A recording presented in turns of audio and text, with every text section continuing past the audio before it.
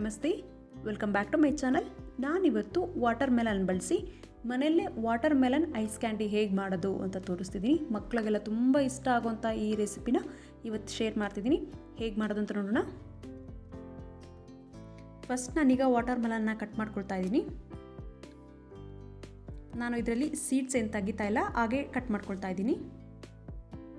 ನೀವು ಬೇಕಿದ್ರೆ ಕಟ್ ಮಾಡಿಕೊಂಡು ಸೀಡ್ಸ್ ತಗೊಳ್ಬೋದು, ಬೇಡ ಅಂದರೆ ಹಾಗೆ ಬಳಸ್ಕೊಬೋದು. ಸಮ್ಮರಲ್ಲಿ ಮಕ್ಕಳಿಗೆ ಐಸ್ ಕ್ರೀಮ್ ಅಂದರೆ ತುಂಬ ಇಷ್ಟ. ಐಸ್ ಕ್ರೀಮ್ ಕೊಡಿಸಿ ಅಂತ ಮಕ್ಕಳು ಕಾಟ ಕೊಡ್ತಾನೆ ಇರ್ತಾರೆ. ಅಂಥ ಟೈಮಲ್ಲಿ ಇಂಥ ಕ್ಯಾಂಡಿಗಳನ್ನ ಮಾಡಿಕೊಟ್ರೆ ಮಕ್ಕಳು ತುಂಬ ಖುಷಿ ಆಗ್ತಿರ್ತಾರೆ, ನಮಗೂ ಕೂಡ ಖುಷಿ ಆಗುತ್ತೆ. ಮಕ್ಕಳು ಖುಷಿ ಆಗ್ತಿನ್ನೋದು ನೋಡಿ. ಎಲ್ಲ ಕಟ್ ಮಾಡ್ಕೊಳ್ಳೋಣ. ನೋಡಿ, ಪ್ಲೇಟ್ಗೆ ಹಾಕ್ಕೊಂಡಿದ್ದೀನಿ. ನೀವು ಇದನ್ನು ಬೇಕಾದ್ರೆ ಸೀಡ್ಸ್ ತೆಗೆದು ಗ್ರೈಂಡ್ ಮಾಡ್ಕೋಬೋದು. ಈಗ ಮಿಕ್ಸಿ ಜಾರ್ಗೆ ವಾಟರ್ ಮೆಲನ್ ಹಾಕ್ಕೊಳ್ತಾ ಇದ್ದೀನಿ. ನಾನು ಸೀಡ್ಸ್ ಏನು ತೆಗ್ದಿಲ್ಲ, ಹಾಗೆ ಹಾಕ್ಕೊಳ್ತಾ ಇದ್ದೀನಿ.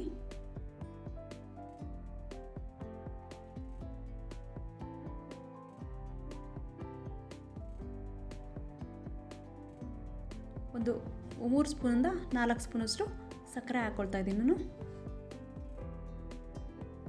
ನೀವು ಬೇಕಿದ್ರೆ ಒಂದು ಚಿಟಿಕೆಯಷ್ಟು ಸಾಲ್ಟ್ ಹಾಕೋಬೋದು.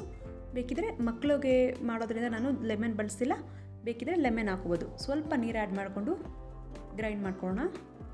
ನೋಡಿ, ಗ್ರೈಂಡ್ ಮಾಡ್ಕೊಂಡಿದ್ದೀನಿ. ನಾನು ಇದನ್ನು ಸೋಸ್ಕೊಳ್ತಾ ಇದ್ದೀನಿ. ನಾನು ಬೀಜ ಸಪ್ರೇಟ್ ಮಾಡಿಲ್ಲ, ಅದಕ್ಕೋಸ್ಕರ ಸೋಸ್ಕೊಳ್ತಾ ಇದ್ದೀನಿ. ನೀವು ಬೀಜ ಸಪ್ರೇಟ್ ಮಾಡಿಕೊಂಡ್ರೆ ಸೋಸ್ಕೊಳ್ಳೋ ಅವಶ್ಯಕತೆ ಇರೋದಿಲ್ಲ. ರುಬ್ಕೊಂಡು ಡೈರೆಕ್ಟ್ ನೀವು ಬಳಸ್ಕೋಬೋದು. ಚೆನ್ನಾಗಿ ಸೋಸ್ಕೊಳ್ಳೋಣ ಇದನ್ನು.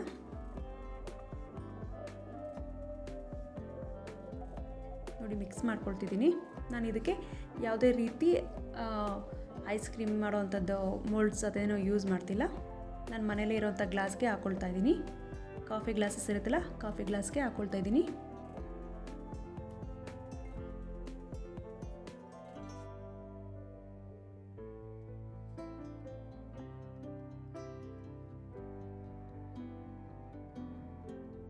ನೋಡಿ, ಹಾಕ್ಕೊಂಡಿದ್ದೀನಿ. ಎಲ್ಲ ಗ್ಲಾಸ್ಗಳಿಗೂ ಹಾಕ್ಕೊಂಡಿದ್ದೀನಿ. ನೆಕ್ಸ್ಟ್ ನಾನೀಗ ಇದಕ್ಕೆ ಸ್ಪೂನ್ಗಳು ಇಟ್ಕೊಳ್ತಾ ಇದ್ದೀನಿ.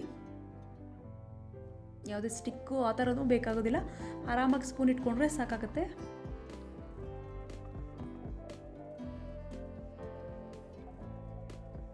ನೋಡಿ, ಇದು ರೆಡಿ ಇದೆ.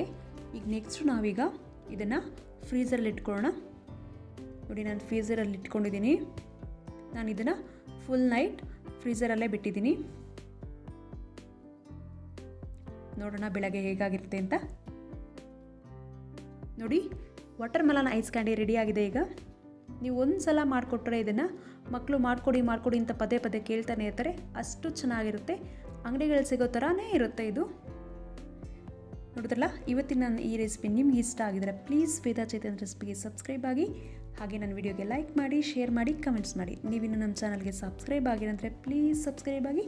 Thank you for watching my videos. Bye bye.